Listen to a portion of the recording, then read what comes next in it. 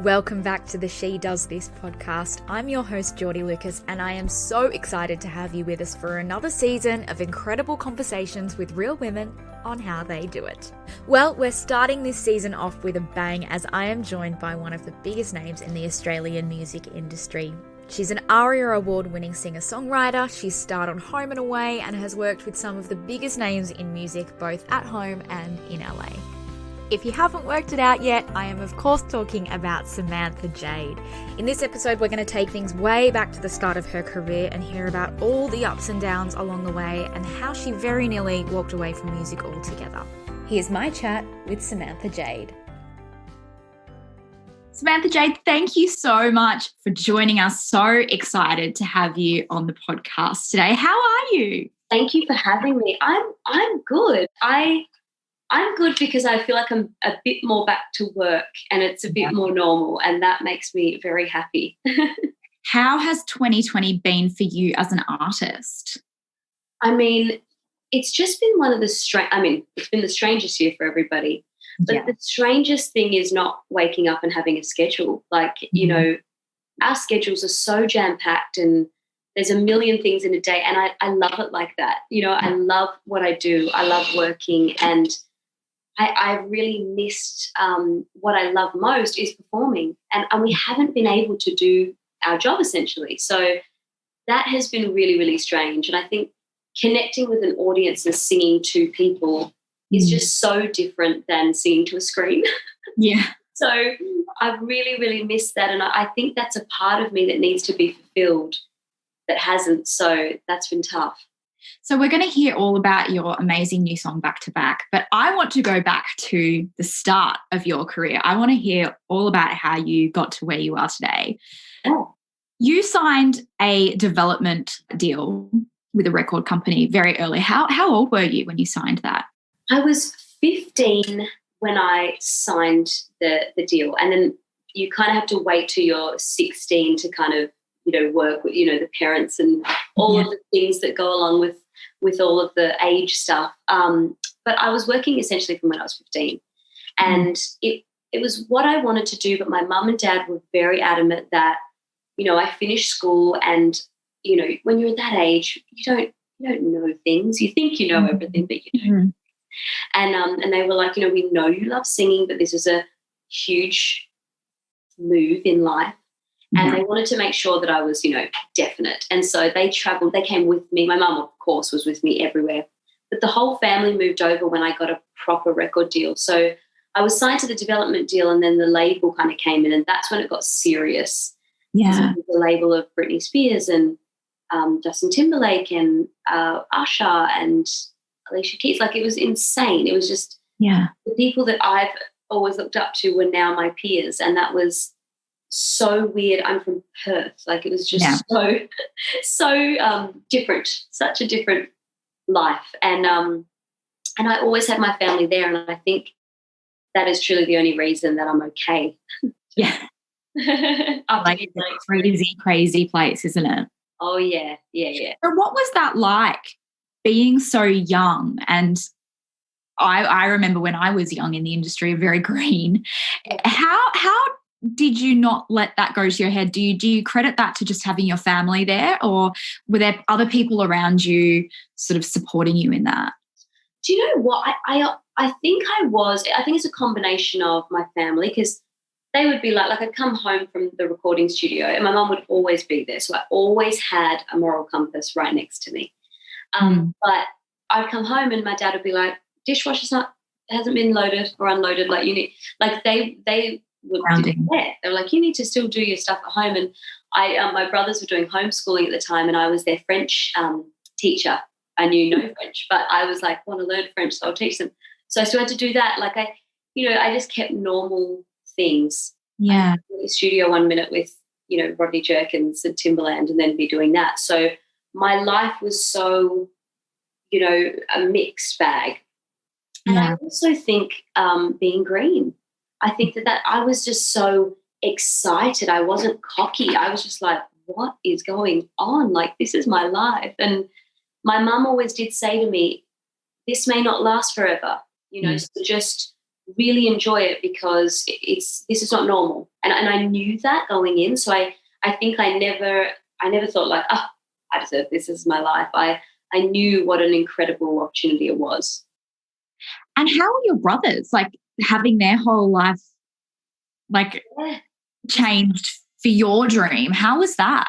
Well, they were super young. So they're 7 and 9 years younger than me. Right. So they're baby brothers. So they were kind of like in primary school still. And my mum and dad really wanted to keep the family together. And so we moved over, and I, at the time, was doing a school tour. That's what you used to kind of go around and do school tours. And so you'd go sing at all the schools, American schools too. So scary. So I would do that. And my brothers would come and like watch with my dad. And we went to this one school, and it said no weapons, please, like a no. And that scared them so much that they were like, we're homeschooling, we're not going to school, we don't want to go to school.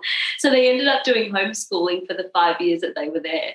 And my dad kind of taught them, which was crazy. And also they wanted to stay in the Australian system because I think we're a year ahead. But it was I think now, like speaking to them now they're adults, of course, they're so happy they had that experience because they're like, we ultimately grew up in LA. Yeah. Which is cool in a way because and now they live back in Perth, but they know the world. They traveled, they saw a lot of things. They were on video sets from when they were like 6 years old. Like such a different life that they've lived. So talk to me about the development deal and what goes into that. I was watching Guy Sebastian talk about development deals. He was on TV a few weeks ago, and he was saying how, that there's this tier of singers that make it, but under that are so many singers in these development deals that don't go anywhere or make it a job. So what is a development deal and what does that involve? Basically, it's kind of like bringing people in to then develop all their skills. So they bring in someone that can sing, can dance a little bit, has the look, wants to learn, and then you kind of go through developing all those skills. And so for me, it was basically learning to songwrite, and I loved writing little poems and little stories, and so learning to make those into songs. And I danced a little bit, but not really, so they put me in dance rehearsals, and I'd never had a vocal lesson in my life. I just sang from, knowing songs. Yeah. So it's just like, it's like a school. It's like a school of performing. And you just work on your craft and perfect your craft. But the hard thing about it is it depends on who is signing you to this development deal. And I was unfortunate because my deal was now looking back, I didn't know it at the time, but people that thought that they owned me basically. So because you are young and because they are putting you in all these classes and doing all these things, you then, it's that thing that you then form a bond and you feel like, oh, can I do it without them? Where it's actually you're the one actually doing it all and, learning these skills. And you can't learn, I feel like, and you would know this, you can't learn, you can learn to sing, you can't learn what the power of singing is. That's an innate thing. So unfortunately the deal sort of didn't work out. It didn't work out for you in LA. So what was that like coming home? When did you realise this isn't working out, this isn't me? It was tough. I was there till I was 21 and then assigned till I was 21 on Jive. And it was a whole lot of things. It was my management filling my head with things and me listening to them. And ultimately we left. We actually didn't get dropped. We left the deal. We were like, my management said to me, we're going to get you another deal straight away. Don't worry about it. You don't need this deal. And I just believed them because you do when you've been ultimately brainwashed for a long time, you are like, they know best. And it ended up not being the best decision, but hindsight, I stayed there for a little while and I sang on Glee, that TV show Glee. I was doing like background vocals for it, yeah. And that was really cool because ultimately I love singing. So I was fulfilling my cup a little bit because I was still singing. And then I just kind of went around kind of writing and all those things. And then I had this meeting with a really big record exec, and he was buttering me up, and I was like, oh my gosh, I'm going to get a deal. And, everything's a deal. Like now, not so much, but back in the day, it was like a deal was everything. And I was like, oh my gosh, this is it. I'm going to get my next record deal. And then he said to me, you're a great singer. You're a great, great vocalist, but you don't have a star tone. It's not memorable. Yeah. And I was like, okay, all right. And he's like, so we're going to pass. And I just don't think it's going to happen. Yeah. And that was, as someone who's so bruised already, that was it. That was the nail. And I was like, okay, now I don't have anything left, because it took so much for me to go to that meeting. Yeah. And so I knew in that moment that I needed family. I needed people who knew me for me, and I needed realness, and I needed Australia. Yeah. So I packed up my life and I came home. So coming home, you were kind of, I'm guessing, a bit disenchanted with the industry. What was life like for you back in Perth, living, quote unquote, a normal life? Yeah, no, it was definitely different. It was definitely different because, the industry in Perth, obviously, it's not like the LA industry. So it was quiet. But do you know what? I was like, music. I didn't want to listen to the radio, because I was listening to songs that I had demoed for people, so I put my vocal down and then people had recorded them and they'd blown up, or listening to songs that I knew I'd worked with the producers or I'd worked with the writers. And so I couldn't go there. I didn't allow myself to go there. And it took a really, really, really long time to heal some things that I don't think are even healed yet. I think it's still a process. But I did a lot of searching for why am I feeling my ego, and why do I need it? Why can't I just love music? Why can't I just love singing? My mum would say that to me. My mum was so in touch and spiritual. So I was kind of going through that journey a little bit, and I found, I'm definitely not there yet still, but I found comfort in just knowing that I love what I do, and maybe it doesn't need to be on that level.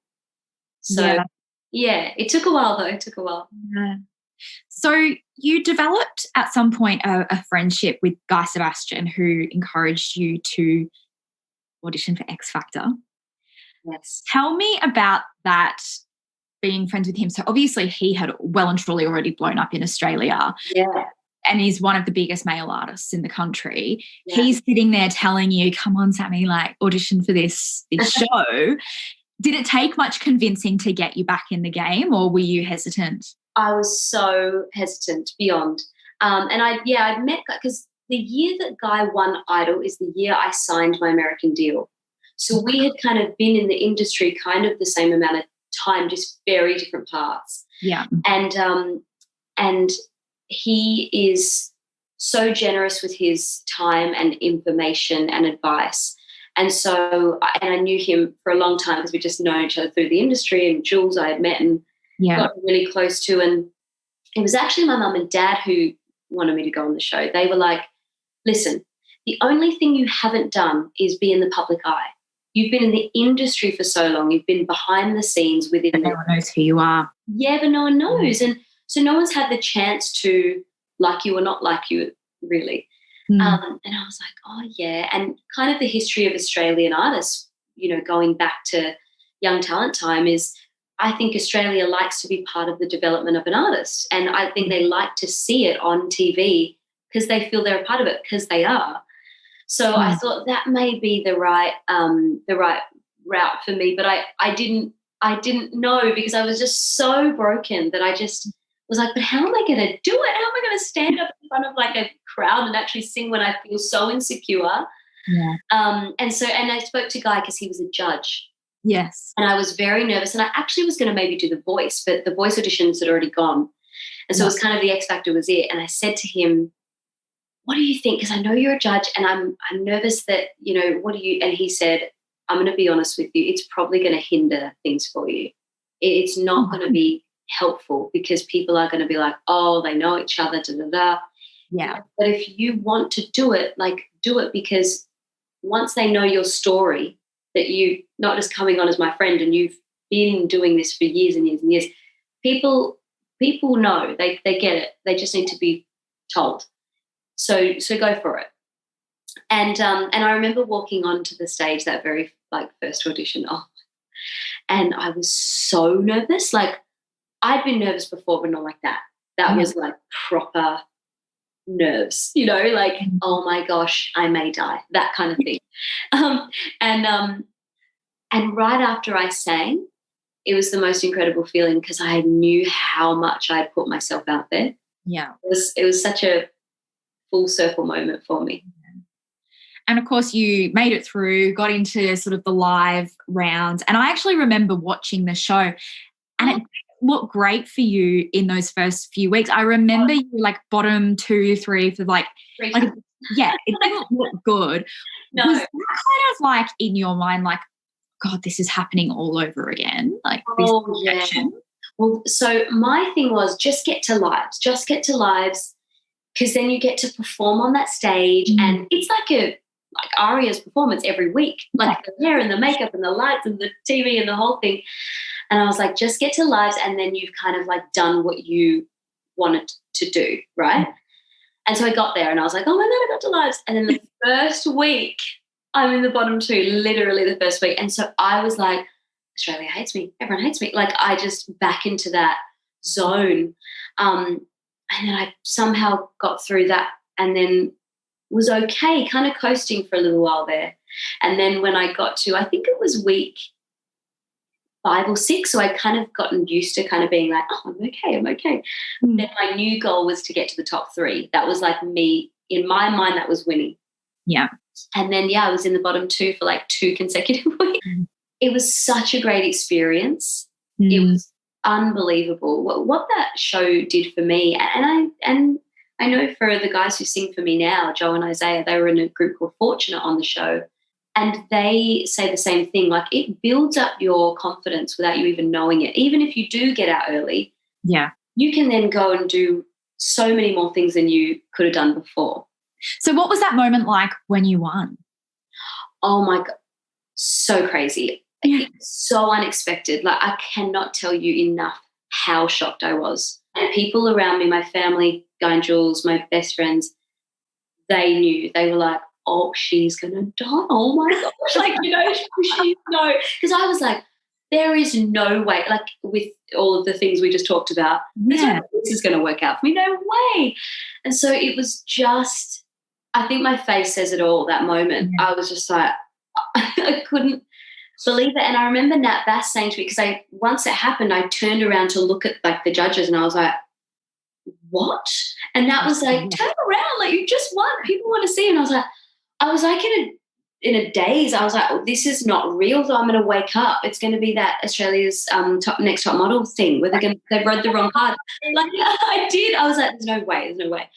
And it took me a really long time to like go, I won. Like I won. Yeah. What? So, it was crazy. It was nuts. I can't imagine. So many people come through. I mean, as you said, Australian Idol, The Voice, X Factor. There's so many people that go through those shows. And unfortunately, a lot of them sort of, they hit that peak or they win and then sort of fade into obscurity a little bit. What do you think has been the key to your longevity? I do think my journey before the show has helped me. I can only say that now. Because I think that I know at all times that it could be taken away because it has been in the past. So I think that I just am constantly trying to get better, work more, work harder, be there earlier, leave later, all those things, because you just don't know. There are so many people just behind you waiting for your spot. And so you've just got to keep at it, stay at it.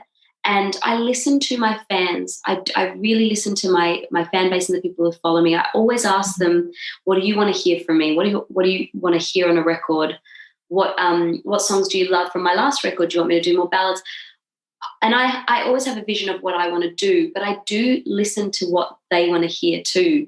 Because ultimately they're the people keeping me in a job. Yeah, totally. yeah, I think that we all have our own creative, journeys and places we want to go, but you do have to listen to the people who have helped keep you there as well.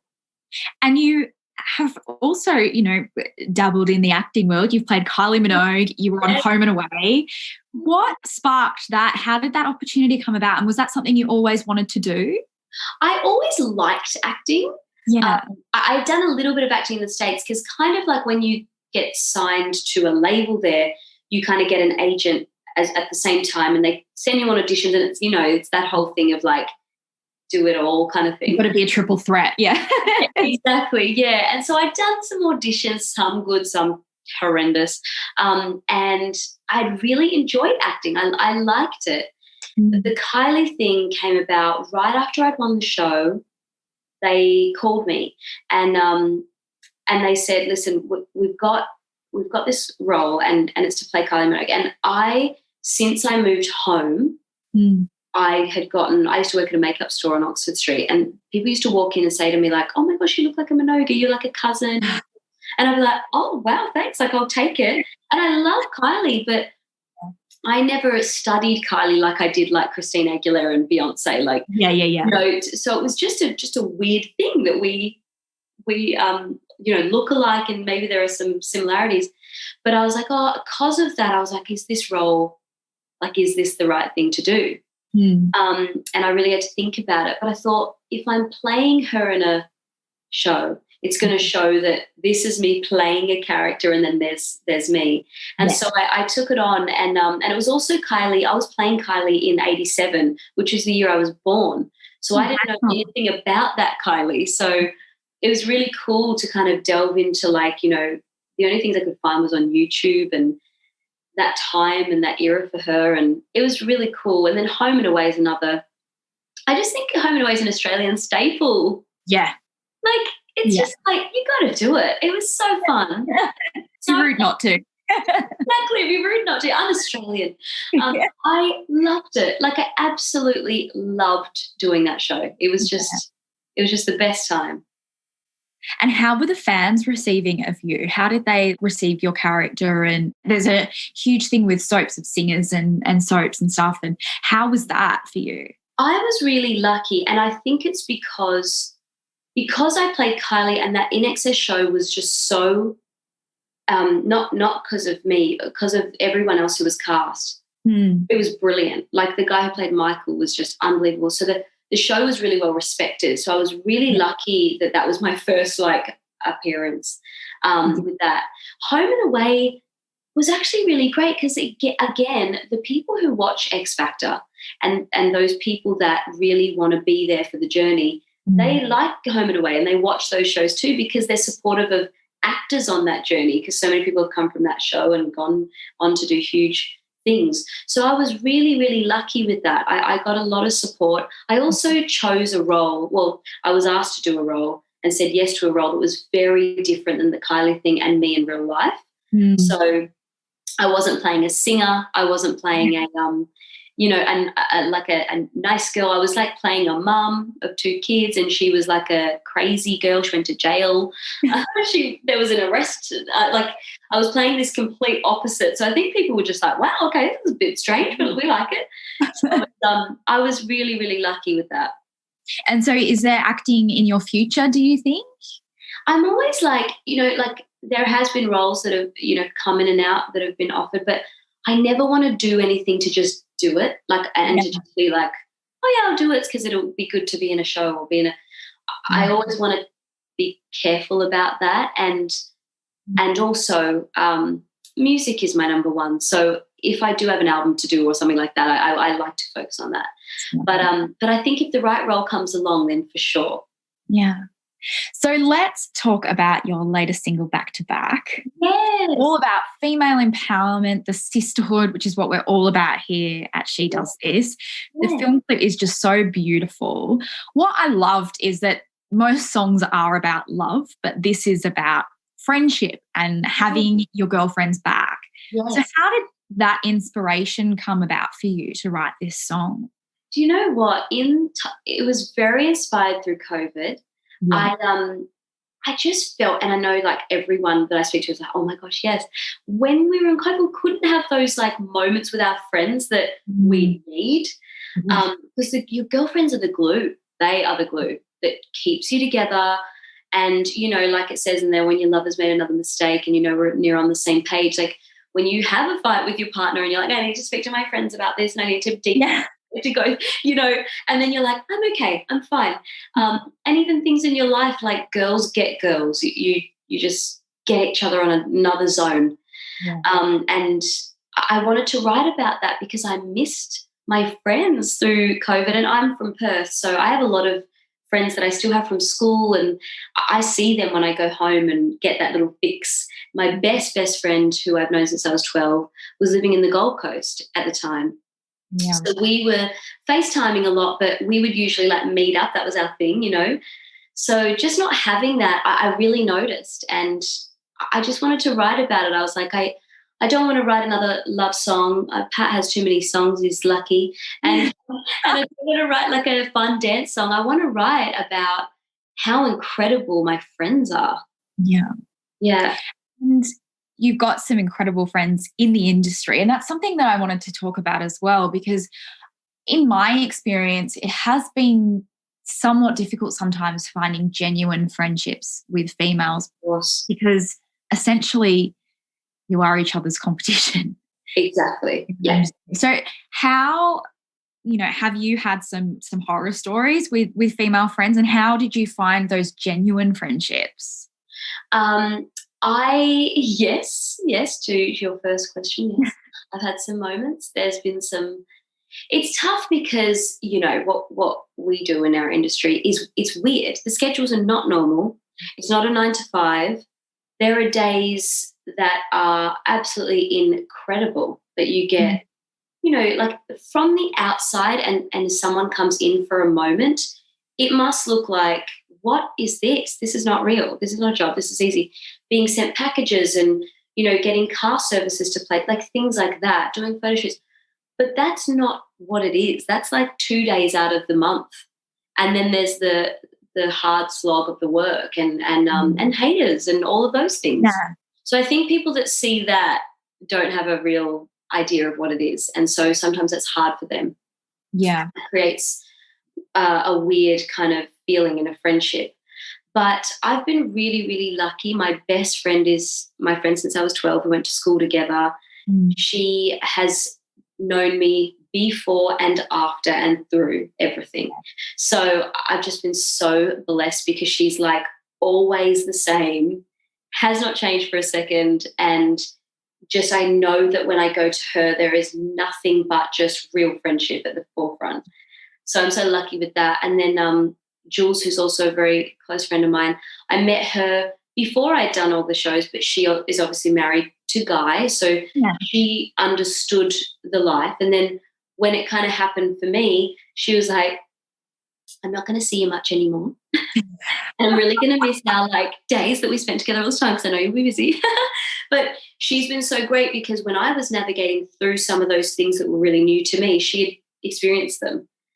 So I've been so blessed with that. And I only have like, I will say 4 or 5 friends. I keep it so tight. And even now, like my band and my singers, like they've been my band and my singers for years.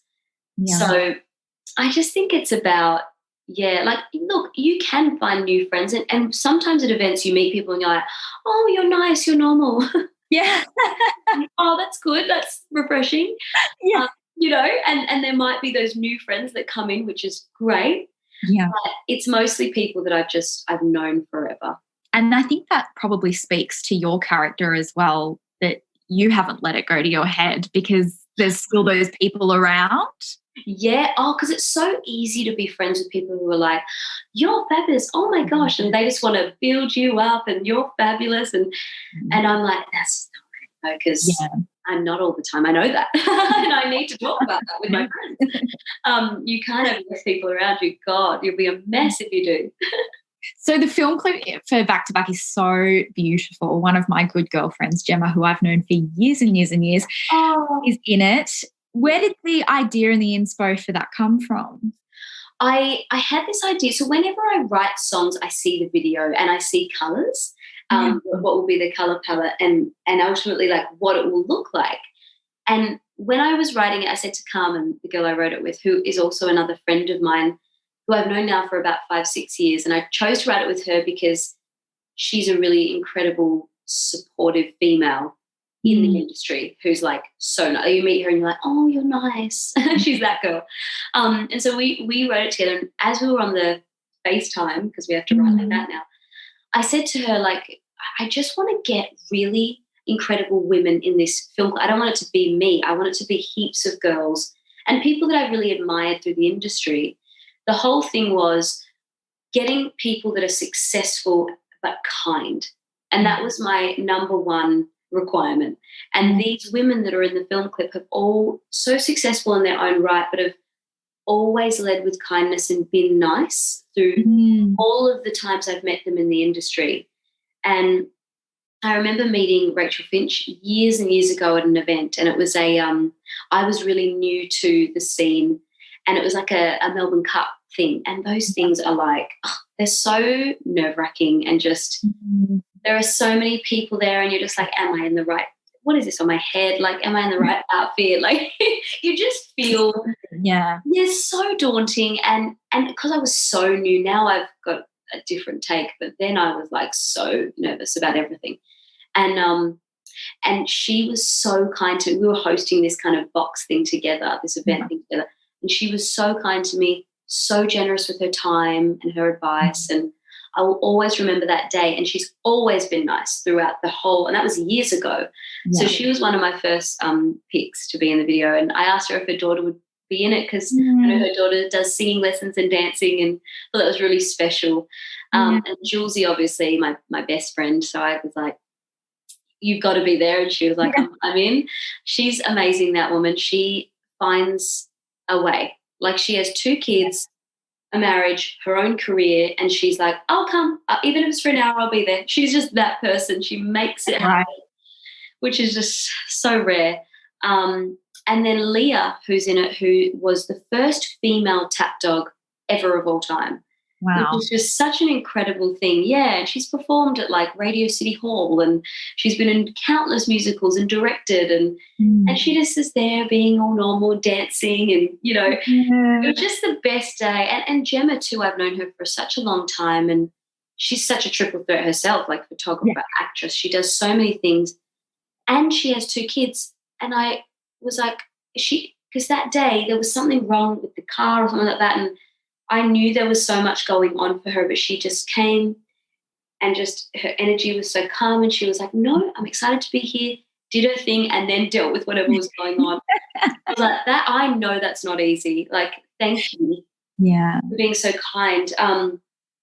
Emma Wiggle did it, which I was like, the first female Wiggle, Emma, and she's just the nicest human. Like, you could talk to her for hours. And then my friend Amali Golden, who I've known for years, who we used to sing together. She was on Idol. Yes. And she's now like killing it at the acting game. Like, she's in all these new shows and has not changed one bit, just so normal. And pregnant with a baby girl. So that was really beautiful. So it was just a warm, fuzzy feeling day. It was everything it looks like. It felt like that to film. Yeah. I was so excited to see Emma Wiggle. I have a 14-month-old little girl who is like already obsessed with her. Every time she comes on the TV, Evie's like staring at her. Very cute. You know what? It was so funny because all of these women are, you know, so successful, like I said, in their own right, and they all have, you know, little, not little, but like fan bases. Like, you follow. And then Emma Wiggle comes in, right, and my whole team lose their minds, like, because they've all got kids too. My artist and my social media girl, like, they all were like I've never seen them so nervous because they're so used to being around people, and they're all going, they've got their phones out, like, should I show my daughter? I'm like, they were losing it. And I said to Emma, you were the biggest hit of the day. Like, they couldn't even control themselves when you came to the set. Like, oh my God. So funny. So tell me about what else is on for the rest of the year. What are you hoping for 2021 as well? Oh, yes. I mean, I just want to go home. 2021. I mean, I hope by Christmas I can go home because obviously the WA borders have been like firmly closed, which I get because they've handled it so well. But I miss my family, and I lost my mum 5 years ago, which was the hardest thing in the world. So Christmas is already really tough, and so being with my dad and my brothers in my house where she lived gives me a little bit of comfort. So I'm really hoping that happens then, or even in the new year. I really want to go home, and I want to do a tour. We were going to do a tour this year. We kind of planned, like at the beginning of the year, we're like, okay, album rollout, tour, I think 3 singles, in stores. And like I said, I love hearing what my fans want and if they like things. And I find it really important to do in stores and meet them and talk to them. And you can't do any of that with COVID, so we decided to push everything. But I'm hoping next year we can tour because performing is just the best feeling in the world. Samantha Jade, thank you so much for joining us. Hope you can get back on stage and share this amazing song with all the women of Australia. It's such an empowering, beautiful song. Have an amazing rest of the year and hope you can get home for Christmas. Thank you. Thank you so much. Enjoy your Christmas with your little baby. Thank you so much for listening to today's episode. I'll be back next week with another episode of the She Does This podcast. In the meantime, you can follow us on Instagram and Facebook. Just search She Does This. Give us a follow and keep up to date with the latest from the site. Have a wonderful week.